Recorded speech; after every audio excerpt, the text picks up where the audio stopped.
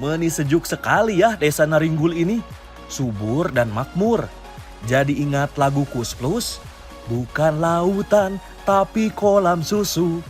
Kail dan jala cukup menghidupimu. Maaf ya suara Abdi yang pas-pasan ini.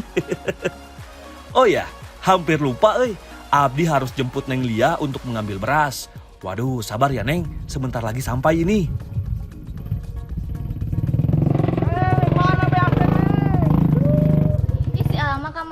Atuh Neng indah motor nama nih hese gini tuh si atuh mogok wae geura Neng.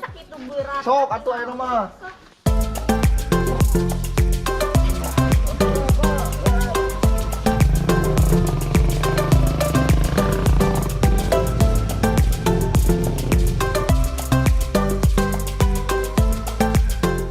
Waduh, untung saja si Neng sabar menunggu AA.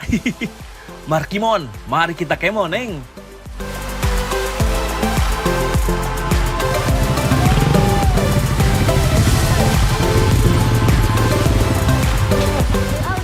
Ayo Neng, cepangan ya. Iya, tah. Sedapnya. Anak negeri, penasaran beras yang Abdi ambil ini buat apa? Beras ini akan kami olah menjadi kue manis yang mengenyangkan, yaitu kue awug. Jang canak biasa nak karung. Mohon, ya. Tah, sok Neng kalebet, langsung kadiekeun we, Bu. Ya. Anak negeri, kue awug ini adalah jajanan khas Sunda yang berasal dari wilayah pedalaman. Dahulu, kue awug hanya dibuat oleh masyarakat Sunda saat selesai memanen. Namun, kini karena rasanya yang sangat enak, kue awug banyak dikonsumsi oleh semua kalangan kapan saja, tak harus menunggu waktu panen. Nah, Bu, tos sembut, Bu.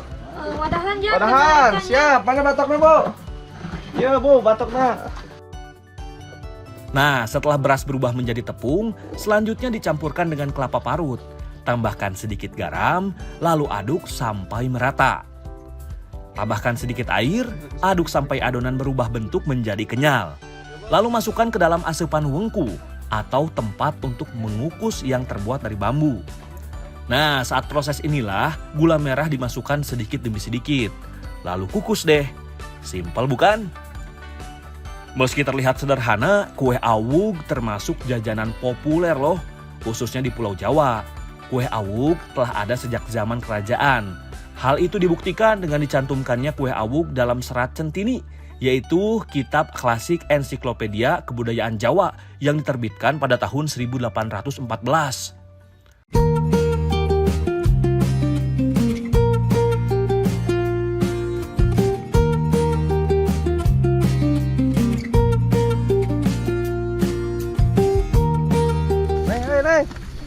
Bu, ayo ngiring tuang ya. Terus jadi beasna apa nih mah tak kene mas jadi awug.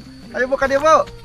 Kan dia, ih mah ayo orang tuang ayo. Ih. Ayo tuang Bu kan dia, Bu. Ayo. Sok ka dia. Sok cara likah jadi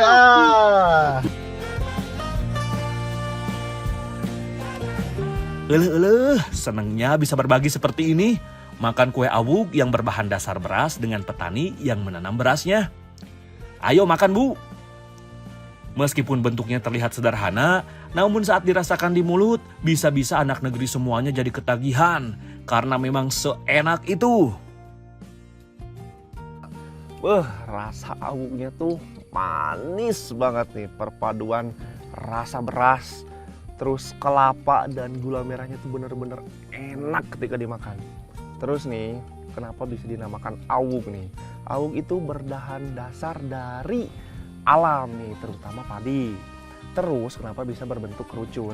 Karena kita itu harus mensyukuri dan selalu bersyukur tinggi gitu, setinggi gunung. Nah, makanya bentuknya kerucut seperti gunung. Laras, Bu?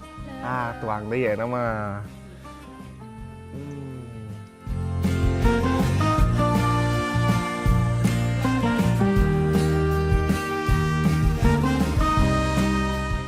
Nah, sekarang teh saya mau membuat kue putu sayang. Leres, Neng? Iya, alam empat Naon atuh? sayang. Terus naon? Kue putu mayang. Oh, kue putu mayang. Iya atuh sayang. Ah. Ini dia bahan-bahan untuk membuat kue putu mayangnya. Simpel sekali bukan? Ya, tumbuk beras untuk membuatnya menjadi tepung. Lagi-lagi tugas Abdi soal pertepungan mah. Sementara itu, ibu memarut kelapa untuk membuat santan. Sedangkan yang Lia bertugas mengiris gula merah. Ini tas lembut, Bu. Angkat aja, Bu. Iya, angkat we. Oh, siap. Langkah selanjutnya yaitu mencampurkan tepung beras dengan tepung kanji. Di sini menggunakan ukuran 2:1, yaitu 2 tepung beras, 1 tepung kanji. Aduk sampai rata, kemudian campurkan dengan santan kelapa, peras sampai ampasnya mengering, lalu tambahkan garam secukupnya. Adonan tinggal dimasak deh menggunakan api sedang, agar tidak cepat gosong ya sambil terus diaduk. Anak negeri, beras bagi masyarakat Indonesia merupakan komoditi yang sangat dekat dengan kehidupan sehari-hari. Beras tak hanya dinikmati dalam bentuk nasi hangat, namun beras juga bisa diolah menjadi tepung yang bertekstur halus dan licin. Nah, dari tepung beras inilah muncul berbagai kreasi kuliner, tidak terkecuali kue putu mayang yang sudah terkenal akan kelezatannya. Angkat setelah adonan berubah bentuk menjadi kental. Lalu pisahkan ke 3 wadah untuk diberi pewarna makanan supaya terlihat menarik dan lebih menggugah selera. Adonan siap dibentuk. Dalam proses ini memang membutuhkan keahlian khusus, karena kalau tidak adonan yang muncul dari cetakan akan berantakan. Anak negeri, konon kue putu mayang ini dipengaruhi oleh kue putu mayam yang berasal dari India Selatan. Ya, keduanya memang punya bentuk yang mirip, bergulung-gulung seperti mie. Adonan yang sudah dibentuk menyerupai mie ini selanjutnya masih harus dikukus terlebih dahulu. Cukup mengukusnya sebentar saja, karena kalau terlalu lama kue putu mayang akan bertekstur keras bukannya lembut. Nah, seperti ini jadinya. Kue putu mayang siap disantap dengan kuah gula merah. Ini dia, Neng. Udah jadi. Awas aja, salah lagi nyebut. Enggak tuh, kue putu mayang. Laras, Bu. Udah jadi, lihat tampilannya meni cantik kayak si Neng. Sekarang kita makan. Aduh.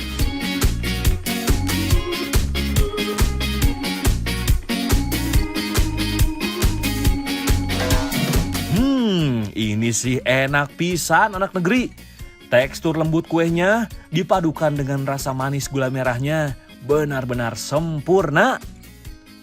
Tak hanya memiliki rasa yang manis dan legit, putu mayang juga memiliki tekstur yang sangat lembut yang membuat kue putu mayang dapat dikonsumsi oleh semua usia, baik anak kecil hingga orang dewasa dan orang tua. Ini nih kue putu mayang yang kriwil lucu nih. Kalau nggak pakai gula, emang rasanya tuh hambar. Tapi ketika dicocol nih, dimasukin ke gula, manis, legit, lembut, ada gurihnya. Rasa kelapanya juga bener-bener terasa banget. Leres nih, enaknya. Tolong deh, Bu.